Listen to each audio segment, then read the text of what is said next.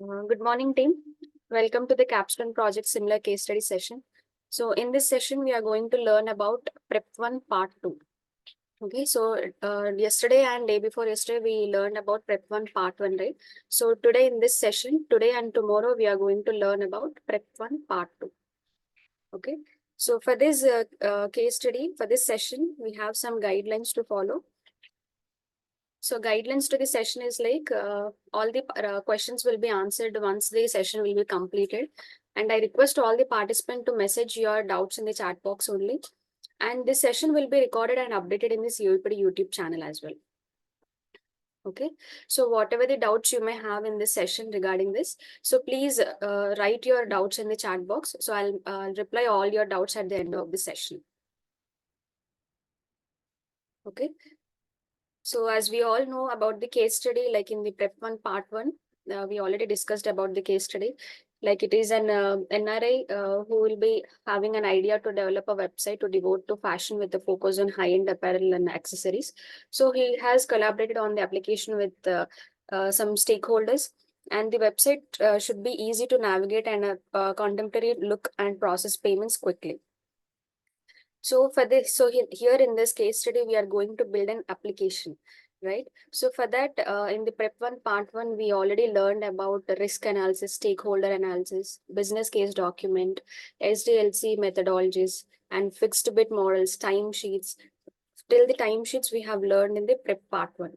So in this Part 2, we are going to learn about the audits, from audits to till the activity diagrams we are going to see in this project. Okay, so in the Prep 1 Part 2, the first question is like about the audits. So here in this case study, we have to create at least five minimum quarterly audits for this project. So how you have to make this quarterly audits in the sense? So you can take an example, like as we all in the early stages of the project, we used to gather the requirements first, right? So first of all, the first quarter audit report, you can make it on gathering the requirements. Okay, so it can be done from week 1 to week 10. And the checklist and on which areas these audits will happen for a BA.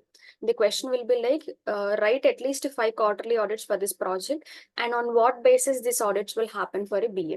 This is a question. So here in this, we like how we have to answer is like, first of all, as we can take the first quarter audit report will be on the requirement gathering phase. So in the requirement gathering phase, you can take a checklist, like on what basis these audits will happen in the sense. So on the BRD template, elicitation results report, duplicate requirements report, and the grouping of functionalities or features, and client sign off, and then email communication. Okay, so on these all areas, the audits can be happen for a BA. So you can write from the each and every phase, like first of all, requirement gathering, and then in the quarter 2, you can write it as requirement analysis. So this requirement analysis, we have the checklist, like we do design the UML diagrams and business to functional requirement mapping, and then client will be sign offing on the documents. And then here we are going to, in the analysis part, we are going to prepare RTM. So RTM document version control, and then the email communication. So on these areas, the audit can be happen for a BA. And then in the quarter 3, we have the design part. So in the design, we used to take we'll be using the tools like MS Visio, Balsamiq, Azure. So we have different kind of tools, right? So to draw the diagrams and all. So for the utilization of tools, it can be happen on audit, and the documented evidence on client communication and stakeholder MOM, like minutes of meeting. So whatever maybe the meetings has been done with the stakeholders and BA. So on that also we can have an audit report, and then email communication to CC and BCC. And the fourth quarter, you can write it on development. Like it will be happen from week 40 to week 60 in the project. So it will be done on the, as in the development is nothing but in that we'll be having JAD session. So on JAD session, we can have the audit report, and then end user manual preparation document. After the JAD sessions and all, we used to prepare the end user manual, right? So that one, and BA and developer MOM, which is like minutes of meeting, and then email communication to CC and BCC. And in the fifth quarter, we will be having an audit on testing. In the testing, what kind of audit will be happen in the sense test case summary. And here we are going to prepare the test case documents and the training report to end users. And the test case document is nothing but it is a test book to the testing team. So we'll be doing an audit on the testing team. And then whatever the lessons we have learned throughout the project, so on that we used to prepare a document, and then the email communication to CC and BCC. Okay, so on these 5 areas, you can write at 5 quarterly audits, and then you can complete this question. And next, coming to the BA approach strategy. Second question will be on the BA approach strategy. So on the BA approach strategy, we have different kind of questions. So in that, first will be like what elicitation techniques to apply in this project. So as we all know that we have many elicitation techniques to apply, which is used to gather the requirements. And some of them will like the brainstorming, document analysis, reverse engineering, focus groups, um, and observation, etc. So like this, we have many elicitation techniques. Like brainstorming will be used to generate the ideas and solutions in the session. And the document analysis, we know, like first of all, once we gather all the requirements, in the sense we have to document all the requirements, and we have to do the analysis part of it. And then the reverse engineering, focus groups, and then the observation technique. Okay, so like this you can write, as we have 11 to 12 elicitation techniques, right? So in this question you can write all of them once. Okay, and then how to do stakeholder analysis through RACI matrix. So in the prep part, when we already learned about this stakeholder analysis, which will be done by using a RACI matrix. So RACI is nothing but responsible, accountable, consulted, and informed. So stakeholders in stakeholder analysis can be done using the RACI matrix, which involves to identify the stakeholder, and here we'll be defining their roles and responsibilities within a project. So first of all, in this, first we have to identify the stakeholders, and then we have to define their roles and responsibilities and create the RACI matrix, like who will be the coming under the responsible, who will be the accountable, who will be the consultant, and informed. So this matrix we have to prepare, and then we have to assign the roles, like what kind of responsibilities we can give to the stakeholders, that we have to assign it. And then what documents we have to write in this, in the sense, so first document will be like BRD, business requirement document, which will gives an overall idea about the project, and functional requirement document, and use case documentation. Use case documentation is nothing but, so as we'll be doing the use case diagrams and use case documents, right? So it is a detailed description about a particular task or a feature. So on that, we have to prepare a detailed documentation. And then the test case document. Test case document is nothing but, once we will be moving to the, we'll be giving to the testing team. So we have to prepare a test case document. So which will be a guidebook to the testers. And so we have so many documents to prepare. So in that you can write some of these. And what process to follow to sign off on the document. So this sign off can be taken on SRS, as it is a primary and important document, and sign off can be taken by using email confirmation from the client. And how to take the approval from the client, in the sense, we can establish a formal meeting with the clients to keep them informed, and we can get the continuous feedback. Okay, so whenever you'll be taking an approval from the client, just establish a formal kind of a meeting with the client, and just inform whatever the progress you have made so far. So, and that you can just inform to the stakeholder, and then you can get the feedback from them. And what communication channels to establish and implement. So regular meetings. So the communication channels can be happen like a regular meetings, like a weekly status meeting, bi-weekly sprint reviews, and monthly stakeholder updates. So through a regular meeting, we can take all this updates of the project. Like we have the communication channel is nothing but, through a meeting we can communicate to the stakeholders, like so and so task has been completed, or we are in this stage in the project. Okay, so through a meetings, you can communicate to the stakeholders.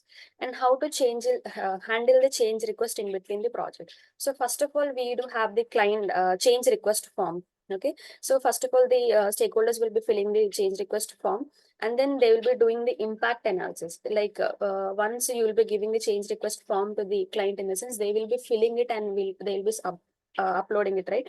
After that, we have to do an impact analysis, like how far this change request is important to the project, and and if it is very much important that this change request has to happen in this project, in the sense we have to do the impact analysis, like is the time will be sufficient to complete the project within the timeline and within the budget and all. So like that, we have to do an impact analysis.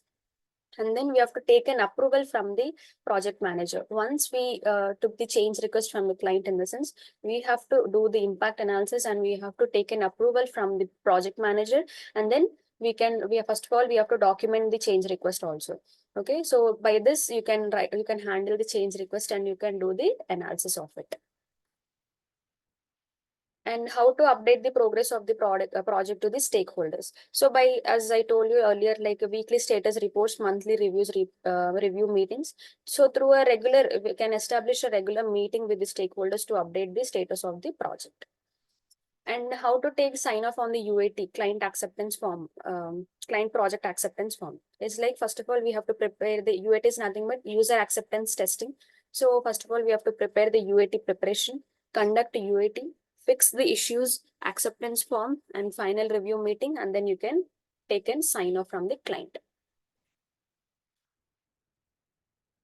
Okay, so next question will be based upon the three-tier architecture. So in the three-tier architecture is like, first of all, in this we'll be having three tiers. Like first tier will be based upon the application layer. Okay, so first is application layer, and then second is business logic layer, and then the database layer. So this application will be dividing into three logical layers. So first is like the application layer. So it is a topmost layer of the architecture, and it can also known as a presentation layer. So it will be basically handling the user interface components like screens and pages. Okay, so like screens and pages, the application layer will be there. So, and then business logic layer is the middle layer of the architecture. So it acts as an intermediary between the application layer and the database layer.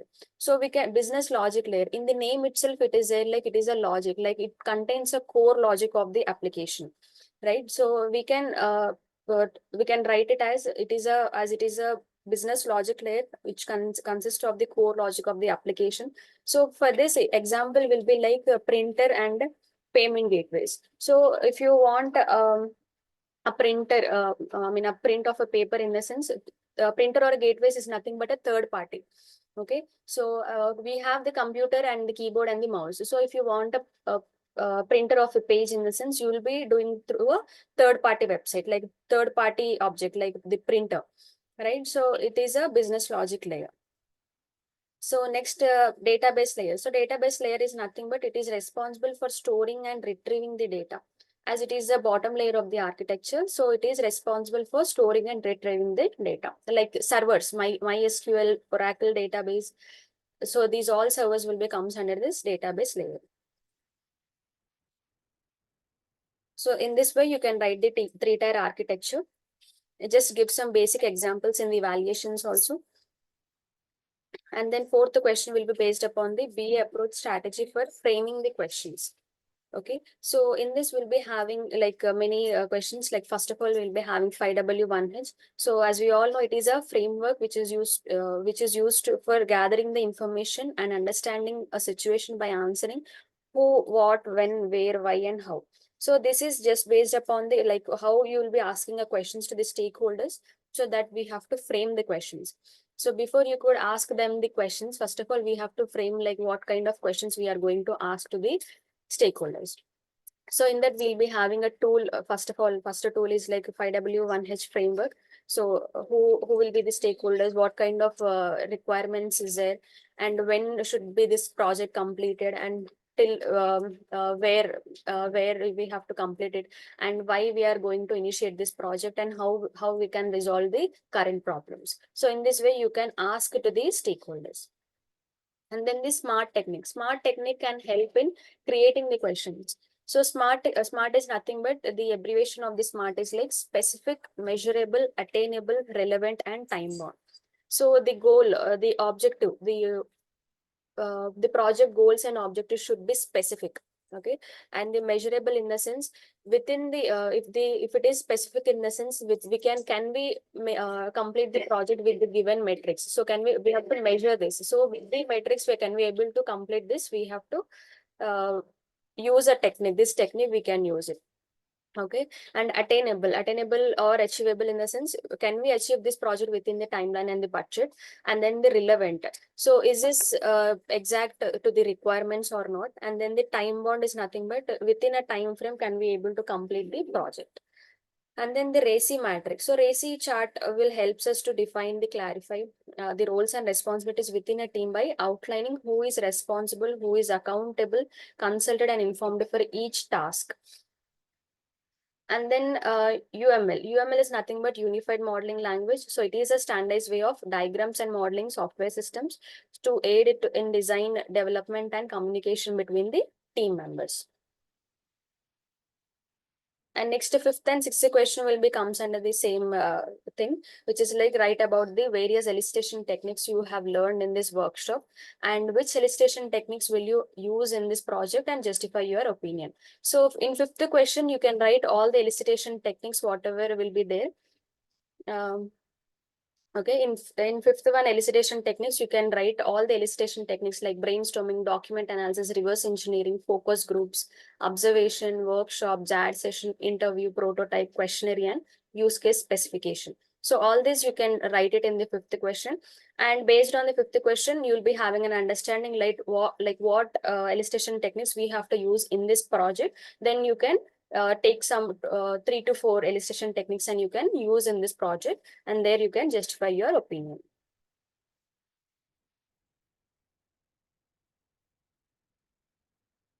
And next, seventh question is about the business requirement. Write 10 business requirement. So business requirements is nothing but it is a high level requirement, which is a specific, which tells the specific needs or a condition that a business must need to achieve its objective. Okay, so the business requirements is nothing but it is a high level requirement so that a business must meet to achieve its objective. For example, in this case study, if we take like as this is a fashion related case study, right? So the users can be here. We are when we're going to build an application here. So first of all, the user has to should create an login ID and the password to get into the application. So to register all the things, first of all, we have to create a login ID and password, and then user should be able to browse through the product catalog, and user should be able to search fertilizer, seeds, and pesticides. Sorry, which is nothing but here we are going to build an application, right? So what kind of accessories you can search in this case study, that we can write it here. And if the user is already a new user, then he or she has to create the login ID and the password. So in this way, you can write all the 10 business requirements. Like payment, you can write for making a payment, we should have a different modes of payments and all. So in this way, you can write the business requirements. And next, assumptions. So eighth question is about the assumptions. So write 4 assumptions based on the project. So assumption is nothing but what all the possibilities we can take to complete the project. Like if a user should have to log in using Facebook and Google account, and not only with this application, as user should have to log in using the Facebook and Google account. And we might think that user has a knowledge on the fashion, and we might think like online shopping trend is increasing, so the customer will prefer this online shopping. Okay, so the designers who will be in this have designs to display in the application. So the need of the application is ever growing. We might think in this way. So we can assume based on the project, and we can write some assumptions in this case study. And project requirements priority. So project requirements priority is nothing but I'll just give you a hint about this. So whatever the business requirement you took in the question number 7, so you can mention the same business requirement in this project requirement priority, and then here you can give a number like from 1 to 10 numbers you can give it here, and you can show the priority like which requirement has to be first. Like to build an application, once you will be moving into the application lessons, first of all, I should have the login ID and the password to get into the platform, right? So it is a priority one. So without ID and password, without the registration, I cannot check the home page. I cannot browse the products and all, right? So that's why, so I can give the rating as 10. So 10 will be the highest and 1 will be the very lowest.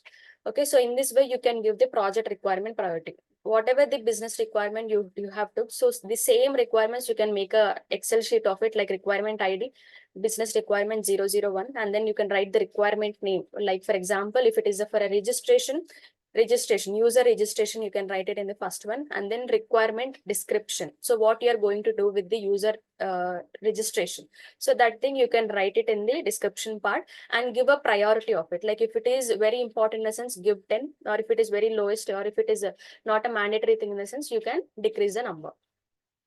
Okay. So in this way, you can just write some 10 to 12 project requirements priority.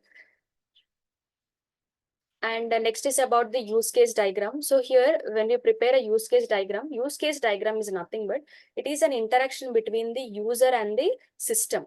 So whatever the system is performing the actor is performing through a system. So the interaction between the user and the system is nothing but a use case diagram. So here in this use case diagram, we are going to represent in a visual way so that you can show the interactions between the users and the system.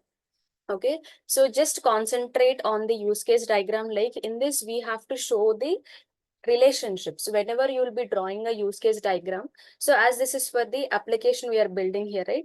So here, instead of you can take the many actors, you can take two primary actors. Like first primary actor will be the user, and second primary actor will be the system database or a system server. Okay, so the primary actor will be in their left side, and the secondary actor will be comes under the right side. So first of all, make a system boundary in the use case diagram. You have to draw this use case diagram in MS Visio tool only.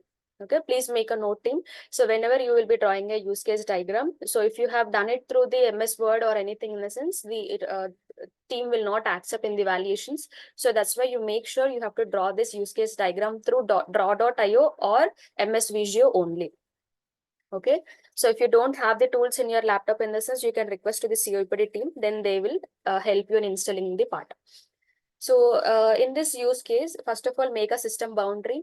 And first of all, the user who will be interacting with the system, like how the user will be interacting with the system, we have to show the relationships there, how he is performing all the tasks and all. We have to show it to the team, technical team. So first of all, the user will be registering to the site. So first of all, the registering to the site is like the user will be registering. For registering, what kind of fields are mandatory? Like name, mobile number, email ID, and address. So these all fields are mandatory. Okay, so these all fields are mandatory to get into the to make a registration. These all fields should be mandatory thing, right? So you can write it as for a registration. What all the use case? Registration will be the essential use case, and the name, email ID, mobile number, these all will comes under the supporting use case. So the relationship, whatever you are going to give there is like, you have to give the include relationship, which is like include says whatever the relationship you are giving to the registration. So if it is a mandatory, then only you have to use the include. Okay, please make a note of it. So whenever you will be giving a relationship called include, so include is nothing but it is a mandatory. So must and should field is nothing but the include. So for a registering, we have to give all our details like name, first name, last name, all these details we have to give anyhow. It is a mandatory field. Give include option there. After that, you will be going to search the products. What kind of products you will be searching? If you want to search the products, or if you want to just browse the products and go away in the sense, you can just write all the supporting use cases like if it is related to the fashion technology in the sense, you can write all the supporting use case of it. And if it is not important, then you can give a relationship called extend. Okay, extend will be using like may or may not be. So if it is very much important in the sense, give include, and if it is not mandatory in the sense, give extend. It may have, or which means like the user can check this feature or he cannot check this feature. It is not a mandatory thing, then you can give it as extend. Okay, after that he will be adding the products to the cart, and after that he will be moving a payment part. So making a payment, as we have different modes of payment like UPI, COD, cash on delivery, debit card, NEFT. So we have many modes of payment, right? So in that, so the user has to perform any one method and then only he can move forward. So here you cannot give either include or extend, because if you give include option there, the user has to perform all the modes of payment. Like he has to do the payment through UPI, through COD, through NEFT, and through wallet. So all these modes payment he has to do. So he'll be not doing all these modes of payment. He has to perform only one method. We have different modes, but he has to perform only one. And if you can give extend here in the sense, he can do the payment or he may not do the payment. If he doesn't do the payment, in the sense, the products will not reaching to his home. The products will not be delivered. So there you have to use a relationship called generalization. So in this, you just be aware, like just three relationships you have to be very aware, like include, extend, and generalization. So include is mandatory, extend is may or may not be, and generalization will be using is a kind of any one method he has to perform. Then you can give a generalization ka symbol. Okay, so if for a payment, if you want to purchase all the payment and all in the sense, so for a payment, you can take like payment gateway, you can give one server. Okay, so instead of mentioning so many actors in the use case, you can just give it in a simple way. Okay, so just a thing from the end user perspective, and you can prepare a use case diagram. Okay, and next is will be like on the use case specification. So the use case specification document will be providing us a detailed description of a use case. Like it will be outlining how the actors will be interacting with the system to achieve a particular goal. Okay, so here we are going to write a document on the use cases. Whatever the features we took in the use case diagram, so the same features you can take it for the use case specification, and you can prepare a detailed documentation. Like in the use case, as we took, the first is like registration, and then search product, and then making a payment, and then delivery part. Okay, so if you took this features in the sense, you can write a detailed description about the use case specification. For example, in the use case specification, the mandatory fields will be like, first of all, you have to write the use case ID, UC001 you can write, and then write the name of the use case. Okay, so here if we take this fashion related in the sense, book an appointment with a fashion designer first. So here we are going to booking an appointment with the fashion designer. So the use case name will be book an appointment with the fashion designer. And then you can write a field like created by, and last updated by, and then date created, and last revision date, and then the actors who will be involving, like customer and the designer, right? So the customer will be booking an appointment for the with the fashion designer. So the actors will be like customer and the designer. And the description, what you are going to do with this feature, the description part you have to write it elaboratively. Like the use case describes how user can book an appointment in app. So in this way, you have to write the description. Please write the description clearly, so that your use case specification can have a complete idea about it. And then write the precondition to achieve this feature. So what is a precondition you should have? So the user should have to register into the application. To book an appointment, first of all, the user have to register into the application. So that is a precondition. And what will be the post condition? Post condition will be like the successfully received confirmation of the appointment. Okay, so here the user is going to book an appointment with the fashion designer. So the post condition will be successfully received the confirmation of the appointment. And then you have to write the basic or a normal flow. Okay, this is important. You have to show the basic flow, like how you are going to achieve this feature. Like the first of all, you have to write, you can write it through a stepwise, or you can write it up point wise. Like first point will be system will defaults an appointment as a book an appointment in the feature. And step number 2 will be like the user will logins and will be clicking on the appointment option in the app. And then system will navigate to a new page where the user should enter some information, his information to book appointment. And then the user should enter the information, take the occasion, size, color, and brand and all. So in this way, you have to write all the steps. Like if it is for the appointment, in the sense, you have to write like all the things. Like first of all, before you could book an appointment, what are the basic flow you will be following? First of all, you will be logging into the application, and then you will be booking an appointment. You have to search for the appointment option, and then you will be filling all your details, and then you will be selecting according to your choice, and then you will be doing you'll be adding it to the cart, and then you will be going ahead with the process. So this is how, like, the basic flow should be very clearly. So whatever the feature you will be taking, so you have to write the basic flow clearly, so that your specification document will be clear and detailed way. And then you can write the alternate flow. So alternate flow also you can take it. So so if, for example, alternate flow is nothing but, so here you are going to book an appointment with the fashion designer. Okay, so you have written the normal flow, which is a basic flow you have written. Alternate flow in the sense, if the system will throws an error, what the user has to do, so that thing also you have to write actually. So if you take it for, if I'll give you a simple example for a use case specification, if you took it for the registration part. Okay, for a registration, for example, if you are doing with a login part, in the sense, to get into the application, the ID and password is mandatory. Okay, you have this ID and password to go into the to go into the application and browse the products. What if you have forgot the password and you have entered into the application? So what is the alternate method? So there you will be resetting the password in the registration page again, and then you will be creating a new password of yours.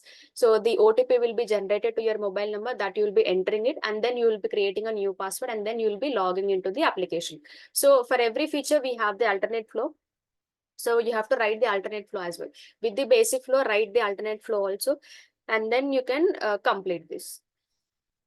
So this is how you have to make the use case specification. So important parts in this, like, first of all, write the use case ID, use case name, actors, description, created by date, last updated date, normal flow, basic flow. Normal flow and the basic flow is same, and alternate flow you have to write it, and then the exceptions, frequency of the use. If it is very important, this is give high.